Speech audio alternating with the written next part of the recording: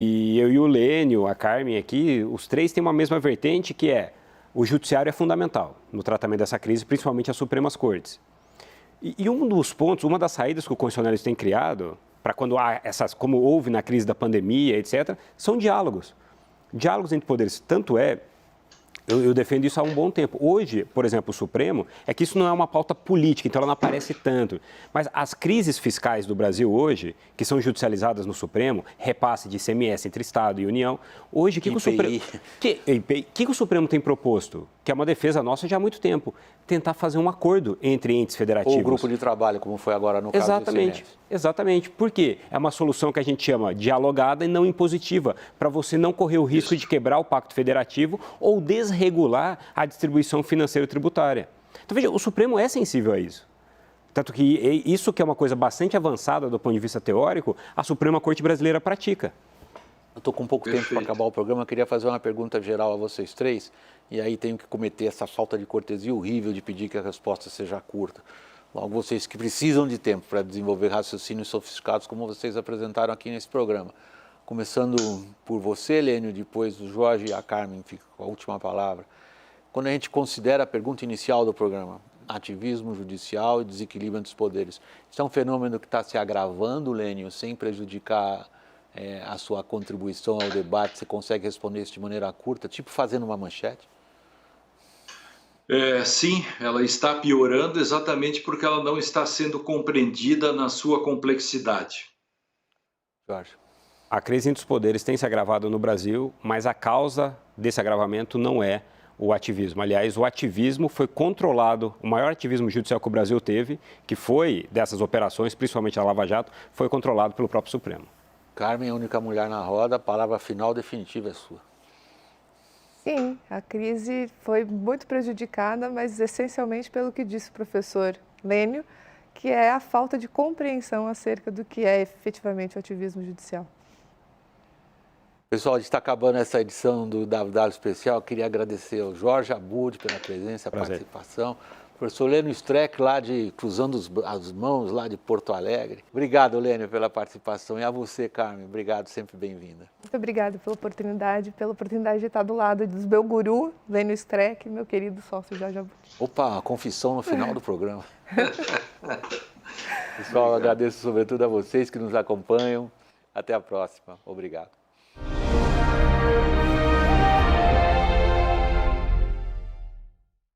WW. Apoio BR Supply Suprimentos Corporativos.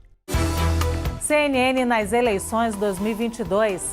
A CNN segue com as entrevistas sobre as disputas estaduais. Nesta semana, as entrevistas com os candidatos ao governo de Minas Gerais. Ao vivo, dentro do Visão CNN. Hoje, Carlos Viana. Com mediação minha, Luciana Barreto, e análises de Yuri Pita e Kenzo Matida. Entrevistas com os candidatos ao governo de Minas Gerais. Hoje, ao vivo, dentro do Visão CNN. E transmissão ao vivo pelo site cnnbrasil.com.br/eleições. Eleições 2022.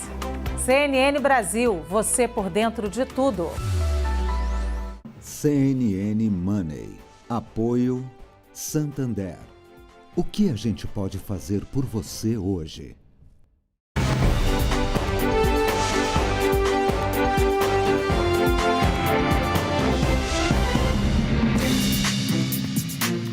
Olá, bom dia. Esta é a CNN ao vivo na TV e no YouTube. Hoje é segunda-feira, dia 5 de setembro, e este é o CNN Money. Bom dia, Thaís. Ei, Priscila, bom dia. Bom dia a todos. A semana vai ser mais curta aqui no Brasil e com as campanhas eleitorais no radar. O indicador relevante sai apenas na sexta-feira. O IPCA de agosto deve confirmar nova deflação. O relatório Focus, que sai daqui a pouco, vai ratificar a percepção de melhora no cenário econômico, pelo menos para este ano. Não é por isso que teremos dias leves e calmos pela frente. As manifestações de 7 de setembro, na quarta-feira, podem provocar uma parada estratégica dos mercados. Os alvos dos apoiadores de Bolsonaro não serão novidade: STF e urnas eletrônicas. A dúvida está no tom que o presidente vai adotar para agradar ao seu eleitor. Se o cenário aqui é mais ou menos previsível, lá fora a crise energética passou do grau de incerteza para alerta total. O euro atinge nova baixa em mais de 20 anos e o preço do gás dispara 30%, com a Rússia mantendo o gasoduto para a Alemanha desligado. O BC europeu fica refém dessa tempestade e deve surpreender com decisão sobre os juros na quinta-feira. Priscila Yazbek vai trazer esses detalhes daqui a pouco. Ao mesmo tempo, daqui a pouco também sai o escolhido para substituir Boris Johnson, que vai herdar o Reino Unido num dos seus piores momentos em décadas, com desfecho ainda imprevisível. No CNN Money de hoje, nós vamos trazer mais detalhes sobre esse cenário internacional com uma carga altíssima para gerar insegurança nos mercados, que já está acontecendo, né, Priscila? Exatamente. A gente vai fazer um rápido intervalo. Na volta, a gente já traz a abertura dos mercados, porque as bolsas na Europa todas abrem queda com a nova interrupção do gasoduto Nord Stream, acentuando a crise de energia no continente, justamente na semana em que o Banco Central Europeu decide o rumo dos juros na zona do euro, como a Thaís antecipou. E, além disso, indicadores econômicos fracos que acabaram de sair também ajudam a derrubar de vez o humor. A gente volta já.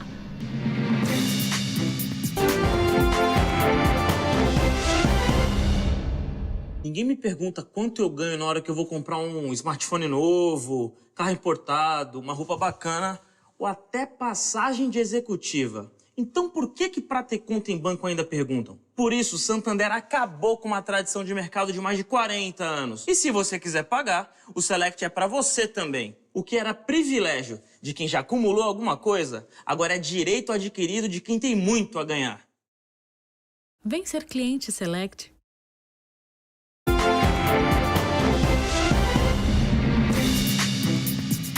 CNN Money está de volta. Vamos ver a abertura dos mercados nesta segunda-feira, dia 5 de setembro. Os futuros americanos operam em leve alta e as bolsas na Europa todas caem. A Rússia não cumpriu o prazo de sábado para reabrir o gasoduto Nord Stream 1, que leva energia para a Alemanha. Isso logo depois que os países do G7 anunciaram um teto para o petróleo russo. A situação joga mais pressão sobre a crise de energia na Europa, sobre a inflação e sobre a decisão de juros do Banco Central Europeu, que acontece nessa quinta-feira. Os preços do gás subiam até 30% agora pela manhã. E com a aversão ao risco subindo, o dólar atingiu uma nova máxima em 2 décadas e o euro caiu abaixo de 99 centavos de dólar pela primeira vez desde 2002. Agora de manhã também saíram dados de atividade na Europa, todos fracos. O PMI composto da zona do euro, por exemplo, caiu para o pior patamar em 18 meses, indicando contração em agosto pelo segundo mês seguido. O PMI de serviços e o PMI composto da Alemanha também mostraram contração e vieram abaixo do esperado.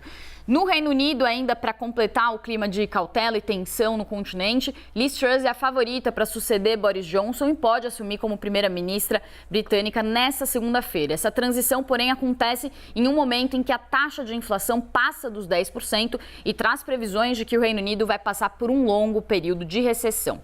Nos Estados Unidos, os dados de emprego do payroll de sexta mostraram criação de vagas acima do esperado, mas taxa de desemprego pior do que a estimativa. Então, entre os dados acima e abaixo das projeções, as bolsas chegaram a subir logo depois do payroll, mas depois perderam fôlego com a leitura de que os dados mostram o mercado de trabalho ainda aquecido e mantém apostas de um Fed mais agressivo com juros. A interrupção do Nord Stream também ajudou a levar os índices de Wall Street para o negativo na sexta, mas hoje então os futuros tentam engatar uma correção aí, estavam abrindo em alta. A gente vai ver também o fechamento da Ásia. Hong Kong e Tóquio caíram, mas Xangai subiu. Por lá na China, o PMI de serviços caiu ligeiramente em agosto, depois de bater a máxima de 15 meses em julho, mas ainda assim segue indicando uma expansão. E a confiança empresarial subiu para a máxima em 9 meses, isso fez Xangai então descolar dos outros índices.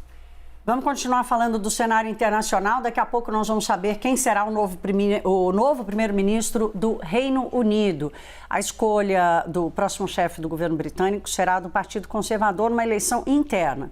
O resultado está previsto para ser anunciado às 8h30 da manhã, horário aqui de Brasília. Na disputa pelo cargo que Boris Johnson ocupou desde 2019 e também na posição de favorito está a atual secretária de Relações Exteriores, Liz Truss, e, em segundo lugar, disputando com ela, o ex-secretário de Finanças, Rishi Sunak. O processo de escolha começou com a renúncia do premier em julho julho, depois daquela série de escândalos que marcaram seu mandato, especialmente depois da pandemia. Além de perder o cargo, o ex-primeiro-ministro deixa o Reino Unido com a herança da pior crise econômica em décadas, provocada pela crise energética, mas também pelo efeito do Brexit, a saída da Comunidade Europeia, promovida e defendida por ele. E a gente segue falando sobre esse assunto, claro, com o nosso editor internacional, Diego Pavão, que vai explicar um pouco desse panorama para a gente. Diego, eu queria que você contasse um pouco, então, do que está previsto para hoje. A Liz Truss é a favorita e o que isso traz de previsões também para a economia do Reino Unido. Pois é, bom dia, Pri, bom dia, Thaís, bom dia para quem acompanha o CNN Money em casa. São dois candidatos com ideias diferentes de como contornar essa crise lá no Reino Unido. Eles têm essa postura diferente sobre impostos. A gente vai mostrar agora aqui uma de cada um. Então, eu vou chamar a atenção para essa última aqui, ó, contra e a favor de auxílios econômicos. Liz Truss tem uma posição que ela fala que vai conseguir cortar impostos para ajudar os britânicos a lidarem com esse aumento nas contas de energia. Já Rishi Sunak diz que esse corte nos impostos não é possível e que a saída mesmo são os auxílios econômicos, esses pacotes que são oferecidos aos britânicos para eles poderem, por exemplo, pagar a conta de gás, conta de energia, já que a partir de outubro essas contas devem subir bastante, devem disparar no Reino Unido, muito por causa desses cortes de energia que a Rússia vem fazendo por causa ali da guerra da Ucrânia, também os efeitos da guerra da Ucrânia atingindo o Reino Unido, não só o Reino Unido, mas também outros países europeus. Aí aqui a gente tem também outras características dos dois candidatos. A Liz Truss é a secretária de Relações Exteriores do Reino Unido, então ocupa um cargo de muito destaque no governo britânico. Foi uma das que ficou leal a Boris Johnson, então lá em julho teve aquela debandada de ministros que começou inclusive com o Rishi Sunak. Ele renunciou ao cargo citando diferenças com Boris Johnson, até falando em questões éticas em relação ao governo do primeiro-ministro Boris Johnson. Então ele renunciou ao cargo. Os dois são pró-Brexit. A Liz Truss chegou a dizer que era contra o Brexit, mas depois mudou de ideia. Então os dois estão hoje mais ou menos na mesma página no que diz respeito ao Brexit, mas diferem, como eu disse, na questão de como contornar a crise britânica. Contra os auxílios econômicos, Liz Truss dizendo isso, e Rishi Sunak se dizendo a favor desses auxílios econômicos.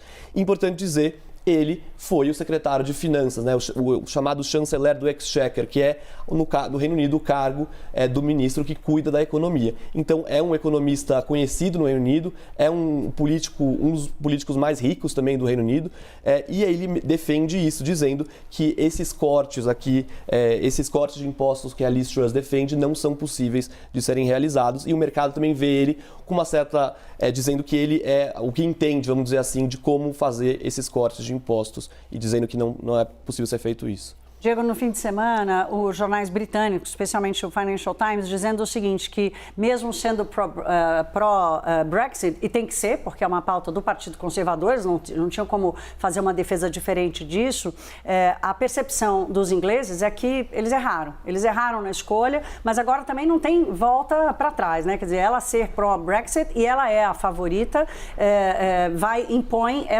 mais um desafio para além da crise atual, né? Pois é, existem algumas questões do Brexit que ainda precisam ser resolvidas. Por exemplo, a questão da Irlanda do Norte. A gente sabe que existe uma fronteira ali entre o Reino Unido e a Irlanda do Norte e essa questão da fronteira, a questão alfandegária dessa fronteira não foi resolvida totalmente. Inclusive, essa era uma das tarefas de Liz Truss como secretária de Relações Exteriores. A fronteira Reino Unido, Irlanda do Norte e Irlanda, né? República da Irlanda, um país soberano e que faz parte da União Europeia, mas que faz uma fronteira com o país Reino Unido, que não faz mais parte da União Europeia. Então, essa é uma das agendas do governo e é importante a gente dizer, quem for o próximo primeiro-ministro britânico, Liz Truss ou Rishi Sunak, vai ter que fazer isso pensando em manter a agenda do Partido Conservador sempre em alta, defender esses objetivos do Partido Conservador, porque o Reino Unido, em 2024, tem uma eleição geral. E aí, o Partido Trabalhista, a oposição, pode sim sair na frente. Então, o primeiro-ministro vai ter que fazer tudo isso defendendo essa agenda do Partido Conservador e, claro, lidar com todos esses problemas na economia. Pois é, hoje a Reuters, os mercados estavam destacando que vai ser um grande desafio porque a inflação passa de 10%, tem aquela previsão do Goldman Sachs de que pode chegar a 20% no começo do ano, com essa previsão aí de preços do gás ainda elevados, hoje também interrupção do Nord Stream, impulsionando os preços do gás em mais de 30%, então uma situação bem complicada, mas que de certa forma traz um alívio, essa definição do primeiro-ministro hoje, porque com o Boris Johnson ali naquele período de transição, o Reino Unido estava num limbo, meio sem...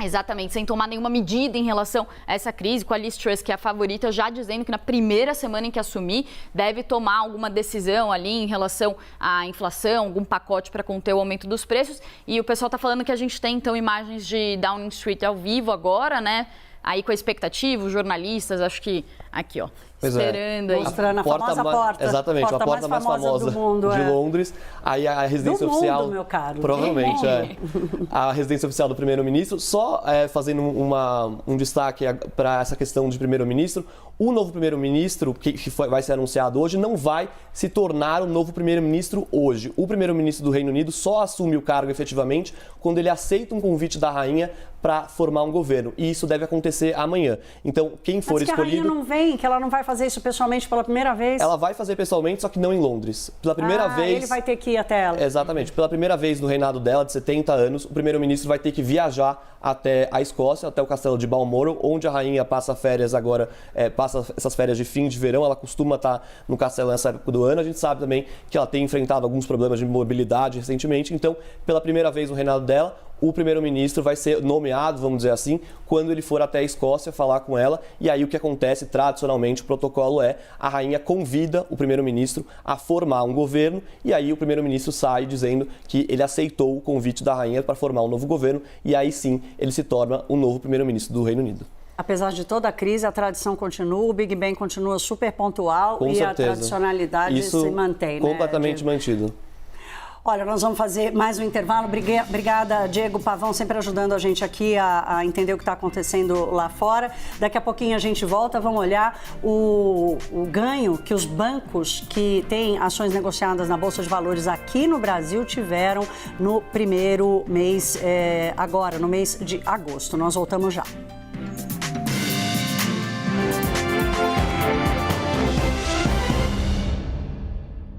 Ninguém me pergunta quanto eu ganho na hora que eu vou comprar um smartphone novo, carro importado, uma roupa bacana ou até passagem de executiva. Então por que para ter conta em banco ainda perguntam? Por isso, o Santander acabou com uma tradição de mercado de mais de 40 anos. E se você quiser pagar, o Select é para você também. O que era privilégio de quem já acumulou alguma coisa, agora é direito adquirido de quem tem muito a ganhar.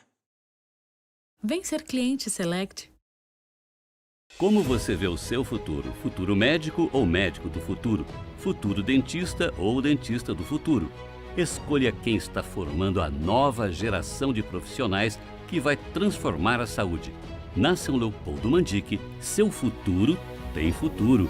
Vestibular 2023, Medicina e Odontologia. Faculdade São Leopoldo Mandic, Campinas. Prova 15 de outubro.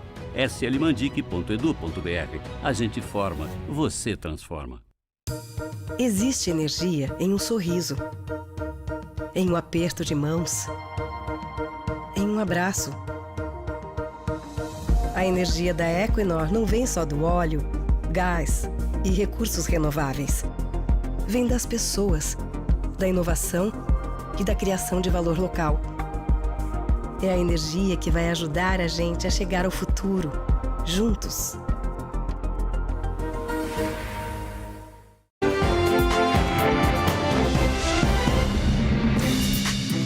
6h15, CNN Money está de volta, hora de ver o fechamento da Bolsa e do dólar nessa sexta-feira. O Ibovespa fechou em leve alta, se descolando das bolsas nos Estados Unidos, mas ainda assim não conseguiu reverter as quedas do começo da semana e fechou a semana em baixa de 1,28% aos 110.864 pontos. O desempenho negativo se deve principalmente à piora do humor nos mercados globais, que ainda digerem a fala mais dura de Jerome Powell, presidente do BC americano, sobre os juros nos Estados Unidos. Lá fora, ainda assim, os índices norte-americanos chegaram a cair até 3,24% e por aqui a queda não foi maior porque a inflação e a perspectiva de encerramento do ciclo de alta da Selic ajudaram o índice a performar melhor do que os índices lá fora. Ainda assim, mesmo com esse cenário mais favorável aqui dentro, com a aversão ao risco tomando conta do mundo, o dólar subiu 2,11% na semana e fechou aos R$ 5,18. A gente vai ver agora também as maiores altas e baixas da semana.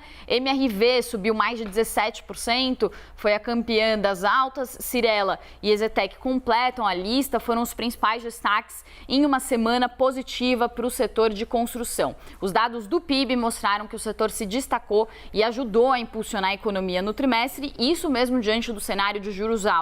Além disso, o relatório do JP Morgan afirmou que historicamente as ações de construtoras superaram o Ibovespa nos meses seguintes a uma pausa no ciclo de aperto monetário, o que provavelmente deve acontecer na próxima reunião do Copom no dia 21 de setembro, quando os juros devem estacionar. O setor foi impulsionado também pelo aumento do prazo do programa Casa Verde Amarela de 30 para 35 anos. Na outra ponta, a gente vai ver as maiores baixas. O IRB, com uma baixa de 38% na semana, desabou na semana da precificação da sua nova oferta de ações, que não agradou o mercado. Na sequência aparecem Americanas, que caiu 14,31%, realizando lucros depois de disparar na semana anterior, com o anúncio de que Sérgio Rial vai ser o CEO da companhia a partir de 2023. E Gol completa a lista com uma baixa de quase 13%, também realizando lucros depois de disparar na semana anterior, com a redução do preço do querosene de aviação. Tá aí, nesse cenário, os bancos com ações negociadas na B3 tiveram o maior ganho em valor de mercado agora em agosto. As empresas que mais perderam foram as mineradoras. O levantamento é da plataforma Trademap e é um dos destaques no site da CNN Brasil. Os bancos tiveram um ganho entre 749 mil reais e 76 milhões de reais, considerando a cotação das ações no início de agosto e o valor no fim do mês. O Itaú Unibanco encabeça a lista, seguido pelo BTG Pactual, Banco do Brasil e Bradesco. O quinto lugar ficou com o Magazine Luiza no varejo. Entre os setores todos que operam na Bolsa, 4 dos 5 maiores ganhos foram de bancos. Então, os 4 bancos em primeiro lugar e Magazine Luiza do varejo em último lugar. A entrada de mais de 17 bilhões de reais de investimento estrangeiro também ajudou o resultado positivo da Bolsa, o desempenho da economia e a expectativa pelo fim da alta dos juros, como disse a Priscila aqui há pouco, completaram o cenário de atração no mercado doméstico. Então, Priscila, mesmo com essa tentativa de descolamento não tendo o mesmo resultado positivo que já tivemos há alguns meses, ainda assim o investidor estrangeiro vindo para cá e escolhendo setores específicos para alocar recursos. Exatamente, nesse fim do ciclo de alta de juros da taxa Selic impulsionou bem essas ações de bancos, né? As ações também estavam descontadas por aqui, então os investidores eles aproveitam qualquer perspectiva que melhora para já entrar nessas ações que são vistas como descontadas. Bem baratas, né? Exatamente. Bom, a gente muda de assunto, vamos falar um pouco sobre eleições. As entrevistas com os candidatos aos governos continuam. Hoje vai ser a vez do Carlos Viana, do PL, que vai apresentar suas propostas para o governo do estado de Minas Gerais. Às 14h, no Visão CNN, com Luciana Barreto e Sidney Rezende.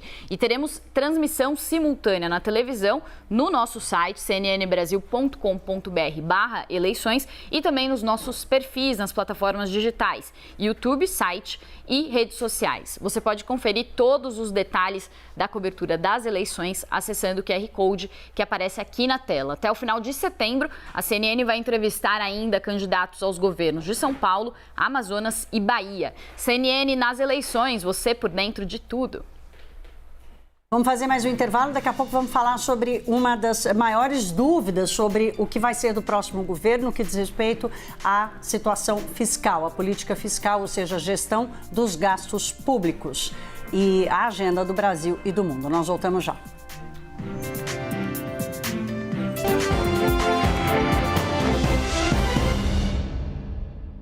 Ninguém me pergunta quanto eu ganho na hora que eu vou comprar um smartphone novo, carro importado, uma roupa bacana ou até passagem de executiva. Então por que para ter conta em banco ainda perguntam? Por isso, o Santander acabou com uma tradição de mercado de mais de 40 anos. E se você quiser pagar, o Select é para você também. O que era privilégio de quem já acumulou alguma coisa, agora é direito adquirido de quem tem muito a ganhar. Vem ser cliente Select. Sol Mar. Relaxa, diverte, encanta.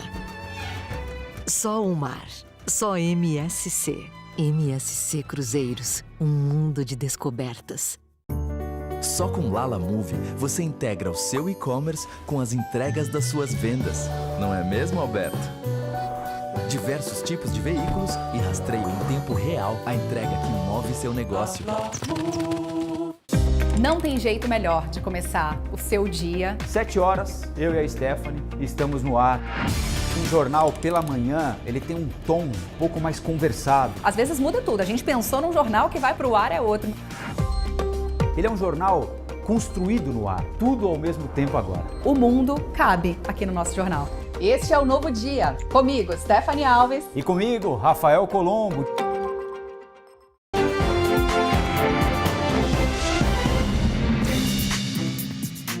6 horas e 21 minutos, último bloco do CNN Money. Hora da gente falar um pouco sobre os desafios da economia brasileira. O bom momento da nossa economia neste ano não está garantido para 2023, na visão da maioria dos economistas. A maior incerteza é sobre a gestão do setor público. Não importa quem seja o presidente da República, que vai assumir em janeiro, a herança de maiores gastos e menor controle sobre o orçamento está contratada.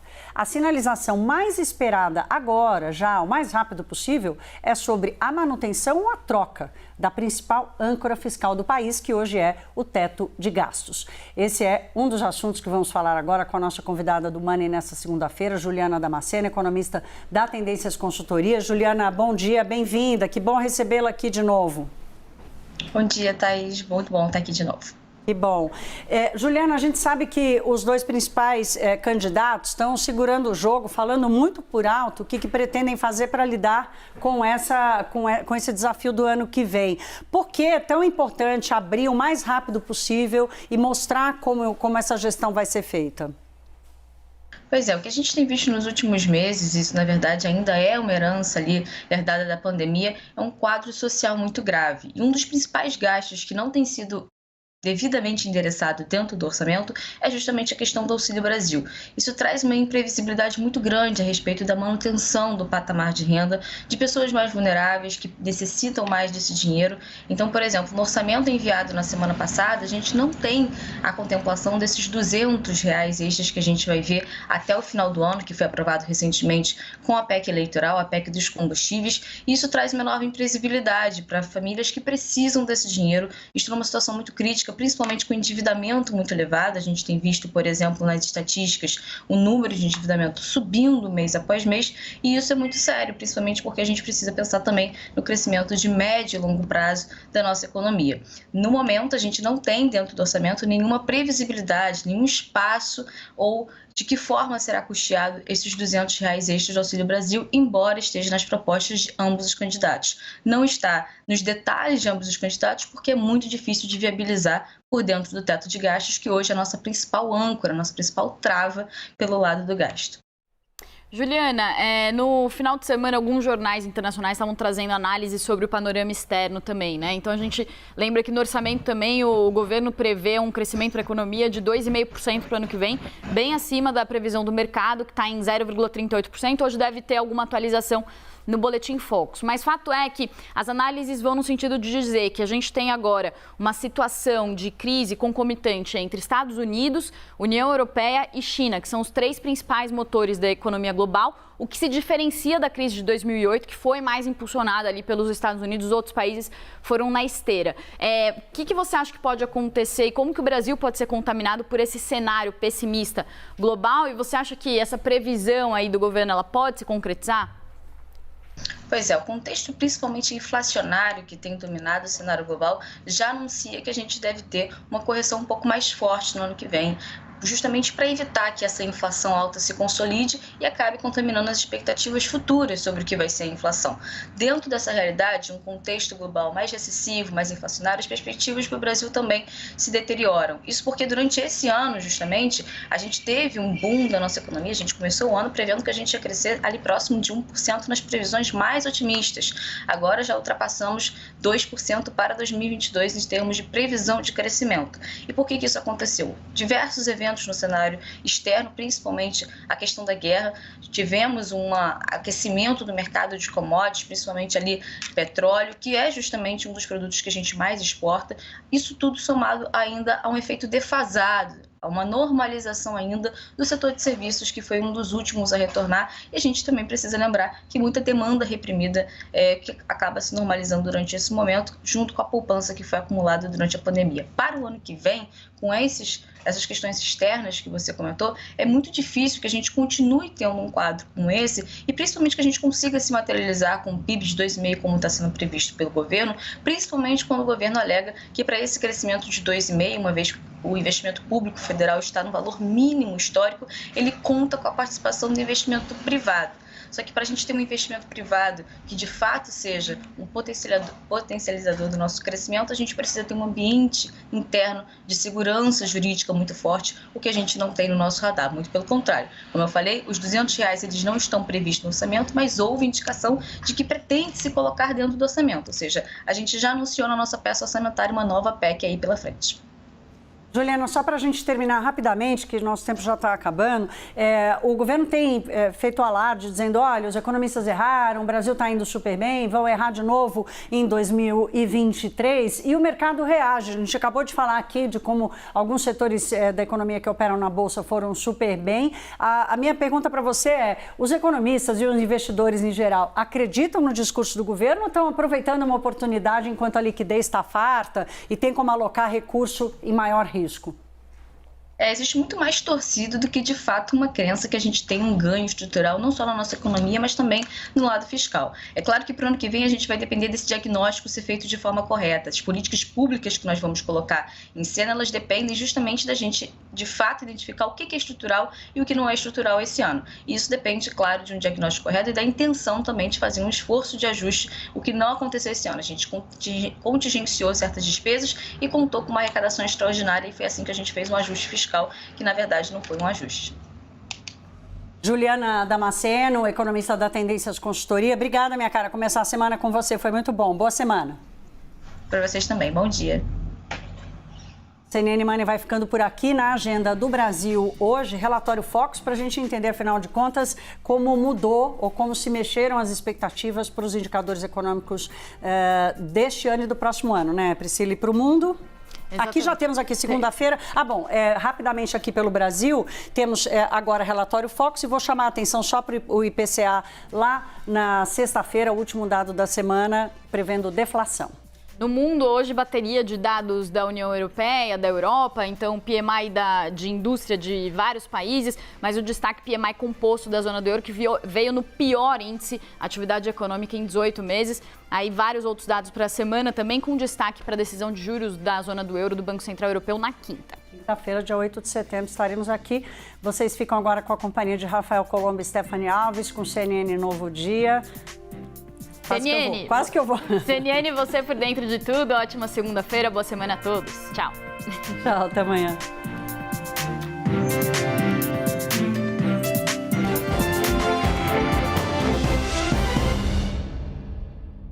CNN Money. Apoio Santander. O que a gente pode fazer por você hoje?